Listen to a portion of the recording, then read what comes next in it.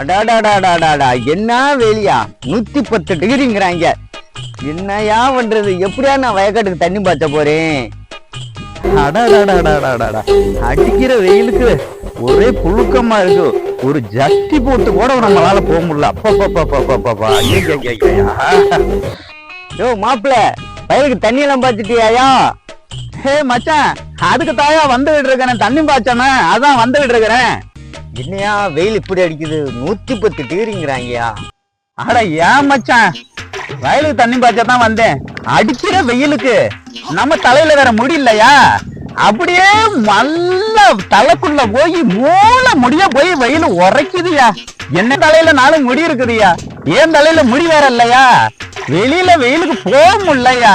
வாயா, இந்த வெயில போய் தண்ணி பாய்ச்சறதுக்கு நைட்டுக்கு வந்து பாய்ச்சிக்கலாமா? வாயா. அத வா மச்சான், ஆமா அப்புறம் பாய்ச்சிக்கலாம். என்னும் முதலாளி கண்டெடுத்த தொழிலாளி விவசாயி.